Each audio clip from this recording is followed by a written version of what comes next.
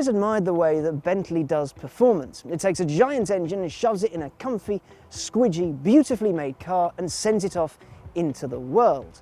Some of them have even topped 200 miles an hour, but I've never viewed a Bentley as a supercar. They're more a stunningly made armchair with a giant V8 or W12 under the cushion. A Bentley is speedy craftsmanship.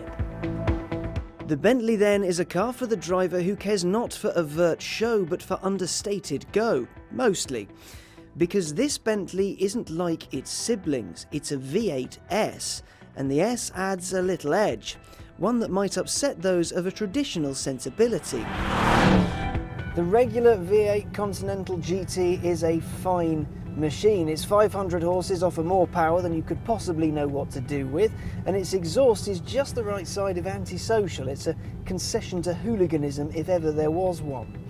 The S then is its angrier sibling, the one that was picked on in school, so feels like it has a little bit more to prove. To make its point, it's 10mm lower than the regular car, has stiffer springs, adjusted damping and fiddled with roll bar. It's got the option to have some truly massive ceramic brakes, and it's got an angry front splitter, sills and rear diffuser. Its steering is now more suited to some very un-Bentley-ish driving as well.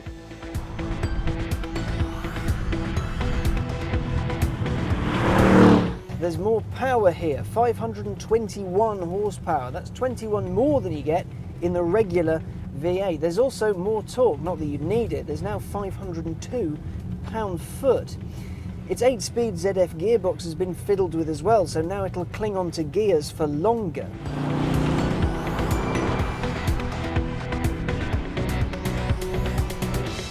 The extra power and tweakery means 0 to 60 takes 4.3 seconds, and its top speed is 192 miles an hour, and it does that despite weighing 2,295 kilos. That kind of thing doesn't really add up in your head. It's like doing the 100 meters in less than 10 seconds with a hippo strapped to each knee. Odd, but very impressive. There is one more party piece lurking within the V8S.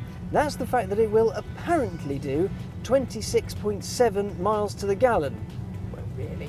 And it emits 246 grams per kilometre of carbon dioxide. Now, for a car this fast and this big, that's quite impressive.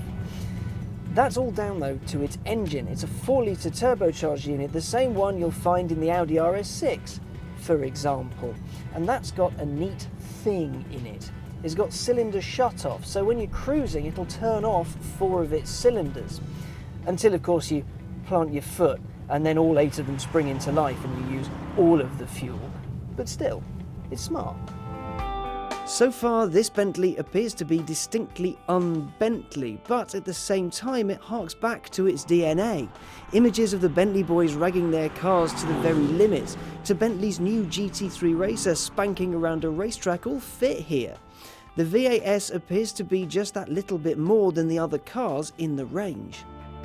Allow me to explain. Every other Bentley I've driven has been punishingly fast. The V8 made a very nice noise, but they've always felt very much like a Bentley. And what that means is that everything has been very soft, very squishy, very comfortable, very geared towards relaxation, having a calm, luxurious drive. But when you want to, you can just twitch your right foot and you'll fire yourself off into the distance. Whereas here, there's just a little bit extra. There's more going on. You don't feel like you're hefting around too much. You're not wrestling with this giant beast. It dances with you, it plays with you, it indulges you, as you'd hope it would. I said at the beginning I don't really think a Bentley is a supercar, and I'm going to stick to that. I do think it is a beautifully upholstered way of going incredibly quickly. However, this feels more like a sports car than any Bentley I've ever driven. This is the closest link you can get to their racing car, the GT3, the mental thing that's been kicking ass all over the world. But is this a Grand Tourer with some sports car bits on it, or is this now a sports car with some Grand Tourer uses? It's found that middle ground, that balance between being really good fun, but also you don't have to turn it off. You don't have to press any buttons for it to be the relaxing GT you want a Bentley to be.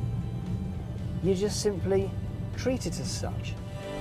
I liked the regular V8. Its noise, power and loveliness made me go all tingly, but I did find its drive incongruous. Where it had the pace of something pretty mental, even in the hardest suspension setting it felt a little soft. Great for most people, but I'm so awkward it put me off it a bit.